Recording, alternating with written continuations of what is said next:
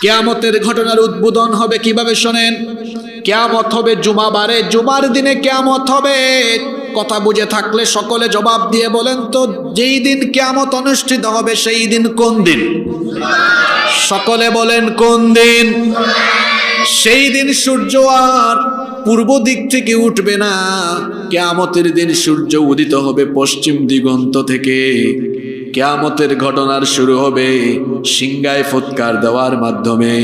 আল্লাহ একজন ফেরেশতাকে বানিয়েছেন শুধুমাত্র কিয়ামতের দিন সিংহা বাজানোর জন্য। ওই ফেরেশতার নাম হলো ইসরাফিল।